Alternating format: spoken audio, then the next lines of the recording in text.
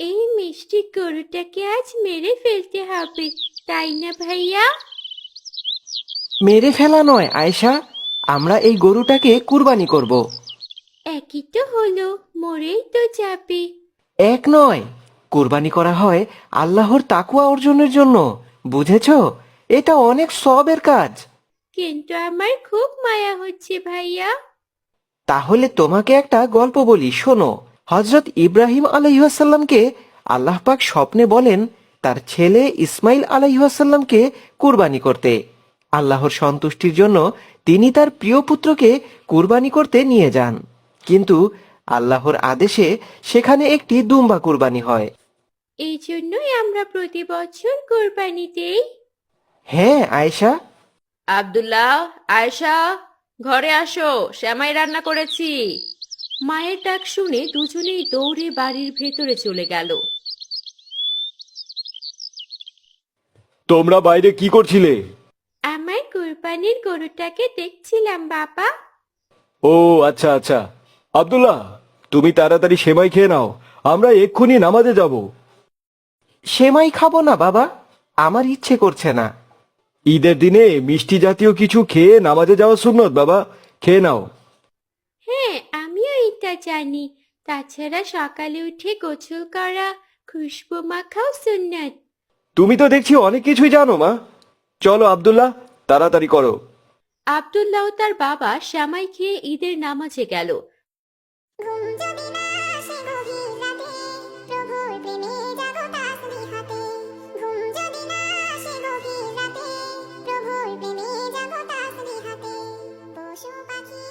নামাজ শেষে বাড়ি ফিরে তারা গরু কুরবানির প্রস্তুতি নিল। চলো বন্ধু, এবার তোমাকে কুরবানি করতে হবে। চিন্তা করিস না, এর প্রতিদান আল্লাহ পাক তোকে দেবেন ইনশাআল্লাহ। এরপর তারা গরুটি কুরবানি দেয় এবং বিকালের দিকে মাংস কাটা শেষ হয়। যাও আয়েশার মা, কয়েকটা বালতি নিয়ে এসো। কেন গো, বালতি দিয়ে কি হবে? এগুলো তো বাড়ি নিয়ে যেতে হবে, তাড়াতাড়ি ফ্রিজে ঢোকাও, না হলে নষ্ট হয়ে যাবে। ঠিক বলেছ, এখন না ঢোকালে কিছুক্ষণ পর মিসকিনদের ভিড় জমে যাবে। দাঁড়াও, আমি এক্ষুনি বালতি নিয়ে আসছি। আব্দুল্লাহর মা কয়েকটি বালতি এনে মাংসগুলো ঘরে নিয়ে গিয়ে সব ফ্রিজে রাখে। এদিকে আয়েশা ও আব্দুল্লাহ ঘুরতে বেরিয়েছে। তারা সকলের গরু কুরবানি করা দেখছে। ভাইয়া, মাংসগুলো এভাবে ভাগ করছে কেন? এটাই নিয়ম বোন, কুরবানির মাংস 3 ভাগে ভাগ করতে হয়। 1 ভাগ নিজের জন্য রাখতে হয়, আর 2 ভাগ আত্মীয় স্বজন ও ফকির মিসকিনকে দিতে হয়। আমাদেরও কোরবানির মাংস 3 ভাগ করেছে, তাই না? হ্যাঁ, এতক্ষণে হয়তো ভাগ করে ফেলেছে। চলো আমরা বাড়ি ফিরে যাই। ঠিক আছে, চলো।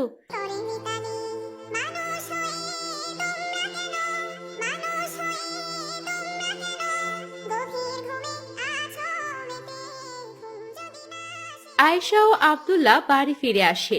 বাড়ি ফিরে আব্দুল্লাহ নিজের ঘরে চলে যায়, আর আয়েশা ফ্রিজ থেকে ঠান্ডা বরফ নিতে যায়। উফ, খুব গরম পড়েছে, ফ্রিজ থেকে বরফ বের করে শরবত করতে হবে। আয়েশা ফ্রিজ খুলে দেখে পুরো ফ্রিজ মাংসে ভর্তি। আরে, এত গোস্ত কেন ফ্রিজে? আমাদের গোস্তগুলো কি বিলি করা হয়নি? ভাইয়াকে গিয়ে বিষয়টা জানাতে হবে। আয়েশা বিষয়টা বলতে আব্দুল্লাহর ঘরে যায়। ভাইয়া ভাইয়া, জানো কি হয়েছে? আমি ফ্রিজে বরফ নিতে গিয়েছিলাম, কিন্তু দেখলাম ফ্রিজ ভর্তি গোশত। গোশত তো থাকবেই, কুরবানি করেছি না। কিন্তু এত গোশত থাকার কথা না ভাইয়া, তুমি কি একটু দেখবে? চলো চলো। ঠিক আছে, চলো। আব্দুল্লাহ ফ্রিজ খুলে দেখলো সত্যি সেখানে অনেক মাংস। আরে, সত্যিই তো এখানে অনেক মাংস। তার মানে কি বাবা মা এগুলো বিলি করেননি? আমিও তো তাই বলছি ভাইয়া, কিন্তু তুমি বললে সবাই কোরবানির মাংস বিলি করে, তাহলে আম্মু আব্বু কেন করলেন না? মনে হয় একটু পরে করবেন। আচ্ছা, দাঁড়া, আগে দেখি কি হয়। কিছুক্ষণ পরেই দরজায় এক ভিক্ষুক এলো। লা ইলাহা ইল্লাল্লাহ।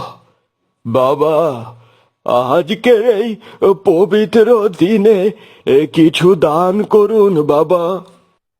এই যে টাকাটা রাখুন। মা, এই 5টা টাকাই শুধু? কুরবানির মাংস দেবে না? এত টাকা দিয়ে গরু কিনেছি কি আপনাদের খাওয়ানোর জন্য? কিন্তু মা, সবাই তো কুরবানির মাংস ফকির মিসকিনকে দেয়, তাই জিজ্ঞেস করলাম আর কি। আমরা দেই না। আপনি এখন এখান থেকে যান, অন্য কারো বাড়িতে গিয়ে মাংস খুঁজুন। আব্দুল্লাহ ও আয়েশা অপেক্ষা করতে লাগলো, কিন্তু বাবা মায়ের মাংস বিলি করার কোনো লক্ষণ দেখা গেল না। বলেছিলাম না ভাইয়া, বাবা মা এগুলো বিলি করবেন না। তুই ঠিকই বলেছিস বোন, কিন্তু এই মাংস আমাদের কাছে রাখাও চলবে না, তাহলে তো কুরবানিই হবে না। তাহলে এখন কি করব ভাইয়া? চল, তুই আর আমি মাংসগুলো চুপি চুপি 3 ভাগ করে সবার মাঝে বিলি করে দেই। কিন্তু যদি বাবা মা আমাদের বকেন? আমরা তো খারাপ কিছু করছি না, আমরা এমন কিছু করছি যাতে আল্লাহ পাক খুশি হন। এতে আমাদের কোনো বিপদ হবে না, দেখিস। ঠিক আছে, তাহলে তাই করো।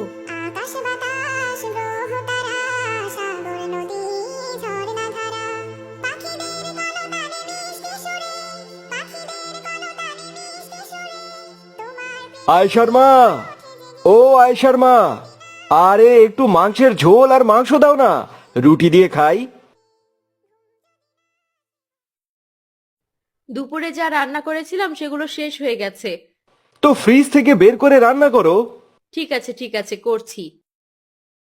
আয়েশার মা ফ্রিজ থেকে মাংস বের করতে গেলেন, কিন্তু ফ্রিজ খুলেই অবাক হয়ে গেলেন। আয়েশার বাবা, এদিকে একবার আসো, দেখে যাও কি হয়েছে।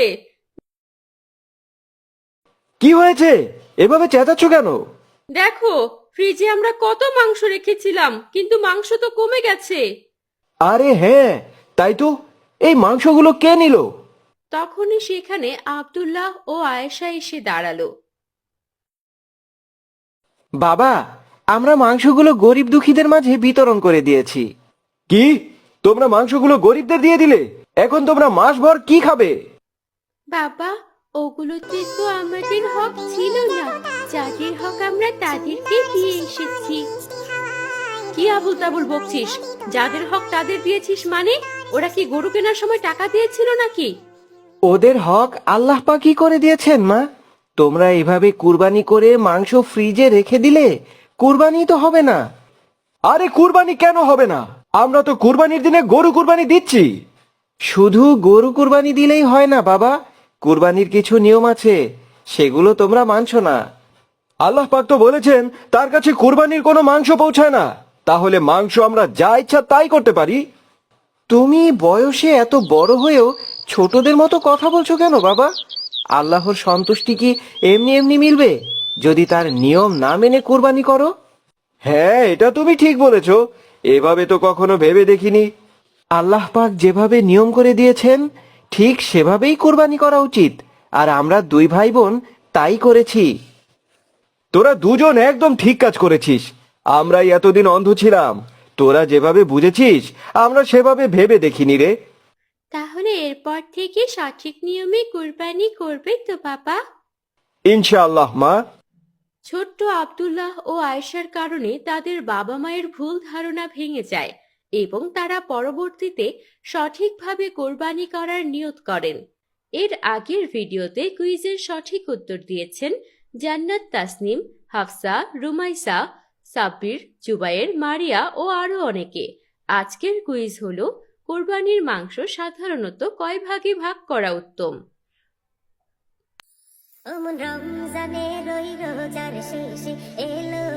আম্মু, আমি একটু বাইরে যাচ্ছি। এখন আবার কোথায় যাচ্ছিস? স্কুলের যে বন্ধের পড়া দিয়েছিল সেটা আমি ভুলে গেছি, তাই হামজার কাছ থেকে পড়াটা দেখিয়ে আনি। ঠিক আছে, কিন্তু দেরি করিস না, তাড়াতাড়ি ফিরিস। তোর আব্বু কাল বেতন পেয়েছে, সবাইকে নিয়ে মার্কেটে যাবে। আচ্ছা আম্মু, আমি তাড়াতাড়ি ফিরে আসবো।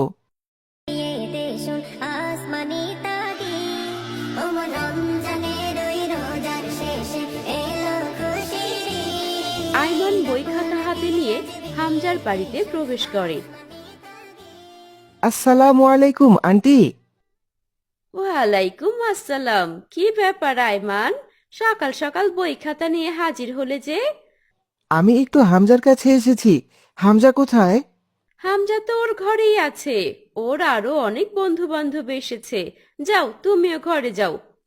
ঠিক আছে আন্টি। আয়মান ঘরে গিয়ে দেখে সেখানে অনেকে বসে হামজার ঈদের জামা দেখছে। কিরে, তোরা গোল হয়ে বসে কি দেখছিস? এই, তুই না বলে এলি কেন? যা যা, বাইরে যা। কেন রে হামজা, না বলে এলে কি হবে? আমি এদেরকে আমার ঈদের জামা দেখাচ্ছি। তুই যা এখান থেকে, পরে আয়। আমাকেও দেখা, আমিও দেখি কেমন জামা কিনেছিস। তোকে কেন দেখাতে যাব? ওদের তো দেখাচ্ছিস, তাহলে আমাকে দেখালে ক্ষতি কি? ওরা আমায় ওদের জামা দেখিয়েছে, তাই আমি ওদের জামা দেখাচ্ছি। আমিও তোকে আমার জামা দেখাবো। আব্বু আজকে আমাকে মার্কেটে নিয়ে যাবে। কিন্তু তুই তো কম দামি কাপড় নিবি, আর আমাদেরগুলো অনেক দামি। দামি জিনিস তোকে কেন দেখাবো? আমি এবার অনেক দামি শার্ট কিনবো, দেখিস। ঠিক আছে, তাহলে দেখ, কিন্তু আমাদের তোর দামি শার্ট দেখাতে হবে কিন্তু। ঠিক আছে, দেখাবো। হামজা আয়মানকে শর্ত দিয়ে নিজের শার্ট দেখায়। ইফতারের পর আয়মানকে তার বাবা মার্কেটে নিয়ে যায়। আব্বু, আব্বু, আমাকে এবার একটা দামি শার্ট কিনে দিও। দামি শার্ট দিয়ে কি হবে বাবা? আমার বন্ধুরা সবাই দামি শার্ট কিনেছে, আমিও কিনবো। আচ্ছা আচ্ছা, কিনে দেব। চলো ওই দোকানটায় যাই। ঠিক আছে, চলো। এই যে ভাই, ভালো দেখে কয়েকটা শার্ট বের করুন তো। এই কার জন্য লাগিবে? আপনার না আপনার পোলার? আমার ছেলের জন্য লাগবে। হ্যাঁ হ্যাঁ, দিতেছি। এই দেহ বাবা, এগুলো নতুন মডেল বের হয়েছে। দেহ তো কোনটা পছন্দ হয়। এগুলো দামি হবে তো? হ্যাঁ হ্যাঁ, দামি আছে। আয়মান, তুমি শার্ট পছন্দ করো, দাম নিয়ে চিন্তা করতে হবে না। ঠিক আছে বাবা, এই নীল শার্টটা আমার খুব পছন্দ হয়েছে। এটার দাম কত ভাই? এইটার দাম 800 টাকা ভাইজান, এক দাম। 800? না আব্বু, আমি এটা নিব না। কেন বাবা, এই শার্ট তো তুমি নিজেই পছন্দ করলে। হ্যাঁ, পছন্দ করেছি, কিন্তু এই শার্টের দাম অনেক কম। আমি নিব না এটা। আপনার পোলা তো দেখি অনেক চালাক। এই খারাপ খারাপ, এই দামি শার্ট দিতেছি। এই যে এইগুলো দেখো, এইগুলোর দাম 2000 টাকা। ছোট বাচ্চার শার্টের এত দাম, ওই কিছু কম রাখা যায় না? না আব্বু, কম না, আমি এগুলোই নেব। আচ্ছা, অন্য দোকানে চলো, এই ভালো শার্ট কিনে দেব। না, আমি এগুলোই নিব। ঈদ তো বছরে ওই একবারই আসে, এই কিন না দেন ভাইজান। ওহ, ঠিক আছে, এখানকার নীল শার্টটা প্যাক করুন। শার্ট নিয়ে ওরা বাড়িতে ফিরে আসে। বাবার মনে একরাশ হতাশা থাকলেও আয়মান উৎফুল্ল মনে সকলের জন্য অপেক্ষা করতে থাকে। সকাল হতেই আয়মান ঈদের জামা নিয়ে হামজার বাড়িতে চলে যায়। হামজা, এই হামজা। কিরে আয়মান, আয় ভেতরে আয়। এই দেখ, আমি ঈদের শপিং করে ফেলেছি। তাই নাকি রে? দেখি দেখি কি কিনেছিস। এই দেখ, কত দামি একটা শার্ট কিনেছি, 2000 টাকা নিয়েছে। এটা কোনো দাম হলো নাকি? হ্যাঁ, এত কম দামের শার্ট। কম কোথায় রে, 2000 টাকা কি কম? তা নয়তো কি, আমার শার্টের দাম 5000 টাকা। তোর শার্টের দ্বিগুণের থেকেও বেশি দাম। তুই কোন মার্কেট থেকে কিনেছিস রে? সুপার মার্কেটে গিয়ে কিনেছি। তুই মনে হয় ফুটপাথ থেকে কিনেছিস, তাই না? না, আমিও ভালো দোকান থেকে কিনেছি। ভালো না ছাই, তোকে আমার জামা দেখানোই ভুল হয়েছে। আমি জানতাম তুই গরিব, গরিবের মতোই জামা কিনবি। তুই আমায় গরিব বললি? গরিব দেখে তো কম দাম দিয়ে জামা কিনেছিস। আমি আব্বুর কাছে এর থেকেও ভালো শার্ট কিনে নেব। যা যা, গরিব কোথাকার। আয়মান কাঁদতে কাঁদতে সেখান থেকে চলে আসে। আজ পড়বি ঈদের নামাজ রে মন, শেষে ঈদ গাহে। আয়মানের বাবা আজ কি পড়বি এত চিন্তা করছেন গালে হাত দিয়ে? আয়মান এবার এত টাকার শার্ট নিল, তোমাকে এখন কি কিনে দেব? আর বাজার সদাই বা করবো কি দিয়ে? এখনো যে মাসের অনেক দিন বাকি। কি আর করবেন, ছেলে শখ করেছে, দিতে তো হবেই। না জানি কেমন বন্ধু বান্ধবদের সাথে মেশে এত জেদ করতে শিখেছে। বাদ দিন এসব, আমার এবার কিচ্ছু লাগবে না। আপনি বরং নিজের জন্য কিছু কিনে নিয়েন। আব্বু, আব্বু, এটা আমায় কেমন শার্ট কিনে দিয়েছো? কেন, কি হয়েছে? এই শার্ট অনেক কম দামের, আমি আরো ভালো শার্ট কিনবো। হামজা 5,000 টাকার শার্ট কিনেছে, আমি 6,000 টাকা দিয়ে কিনবো। তুমি কি পাগল হয়েছো? একটার পর একটা জেদ করেই যাচ্ছে। হামজার সাথে তোমার কি সম্পর্ক? ওর জামা ও পরবে, তোমার জামা তুমি পরবে। আমি কিচ্ছু বুঝি না, আমায় কিনে দিতেই হবে। না, আমায় কিনে দিতেই হবে। আমি আর একটা টাকার জিনিসও তোমায় দিতে পারবো না। তুমি কি এখনো ছোট আছো যে এত জেদ করছো? আমার লাগবে, লাগবে, লাগবে।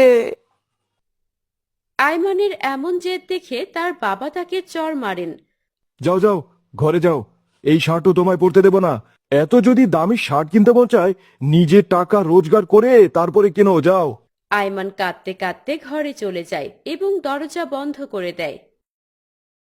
মুসলিম হয়েছে শহীদ। একটু আগে কে এসেছিল হামজা? আয়মান এসেছিল মা, ওকে আজ আচ্ছা মজা দেখিয়েছি। কি বলেছো ওকে? ও একটা শার্ট কিনেছে 2,000 দিয়ে। আমি বলেছি ওটা গরিবের জামা, আর আমার 1,000 টাকার শার্টকে বলেছি 5,000 দিয়ে কিনেছি। ও তো কেঁদেই একাকার। এটা তুমি ঠিক করনি একদম। অন্যের মনে কষ্ট দেওয়া তোমার উচিত হয়নি। তার উপর তুমি আবার মিথ্যা বলেছো। আমি তো মজা করেছি মা। মজা হোক বা সত্যি, তুমি তো ওর মনে কষ্ট দিয়েছো। চলো আমার সাথে, ওর কাছে ভুল স্বীকার করবে। কিন্তু মা, চলো বলছি। হামজার মা হামজাকে নিয়ে বেরিয়ে পড়েন। এদিকে আয়মানের বাবা কিছুক্ষণ পর অনুতপ্ত হন। আইমানের মা, ছেলেটাকে অনেক কষ্ট দিয়ে ফেলেছি। ওর সাথে এত খারাপ ব্যবহার করা আমার একদম উচিত হয়নি। নিজেকে এভাবে দোষ দেবেন না, ওরও ভুল ছিল। চলো, ওকে গিয়ে ভালোভাবে বুঝিয়ে বলি। চলুন। তারা আয়মানের ঘরের দিকে যায়, কিন্তু তারা দেখে ঘরের দরজা ভেতর থেকে বন্ধ। বাবা মা অনেক ডাকাডাকি শুরু করেন। আইমান, বাবা আইমান, দরজা খোলো বাবা। বাবা আয়মান, দরজা খোলো। আজ বিলিয়ে দেশন আসমানি তারে। কি হয়েছে ভাবি? আমার ছেলেটা দরজা খুলছে না, অনেকক্ষণ ধরে ঘরের ভেতরে আছে। সে কি আয়মান, বাবা দরজা খোলো। অনেক ডাকাডাকির পরেও আয়মান দরজা না খুললে তারা ভয় পেয়ে দরজা ভেঙে ফেলে। ভেতরে গিয়ে দেখে আয়মান নিস্তেজ হয়ে মেঝেতে পড়ে আছে। হে আল্লাহ, আমার ছেলের কি হলো? আয়মানের বাবা, কিছু একটা করেন। সরো সরো, ওকে এখনই ডাক্তারের কাছে নিয়ে যেতে হবে।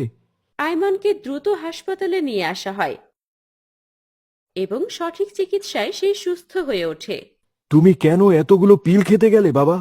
আমায় দামি শার্ট কিনে দাওনি তাই।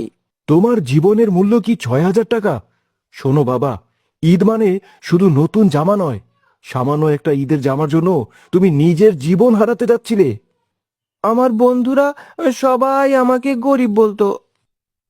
না বাবা, কেউ তোমাকে গরিব বলবে না। হামজা তোমার সাথে মজা করেছিল। ওর নিজের শার্টের দাম তো মাত্র 1,000 টাকা। কিন্তু ও আমায় বলেছিল 5,000 টাকা। আমি মিথ্যা বলেছি রে আয়মান, আমার শার্টের থেকেও তোর শার্টের দাম অনেক বেশি ছিল। তোর মিথ্যে বলার জন্য আমি আজকে মরেও যেতাম। এমন ভুল সিদ্ধান্ত আর কখনো নেবে না, বুঝেছো? ঈদ মানে আনন্দ, দুঃখ কষ্ট না। ঈদকে এত কঠিন বানালে চলবে না। এত দামি পোশাক আশাকের প্রয়োজন নেই, একটা পরিষ্কার জামাই যথেষ্ট। ঈদের নামাজ পড়া আর সুন্নাহ পালন করাই আসল। বুঝেছি বাবা, এমন ভুল আর হবে না।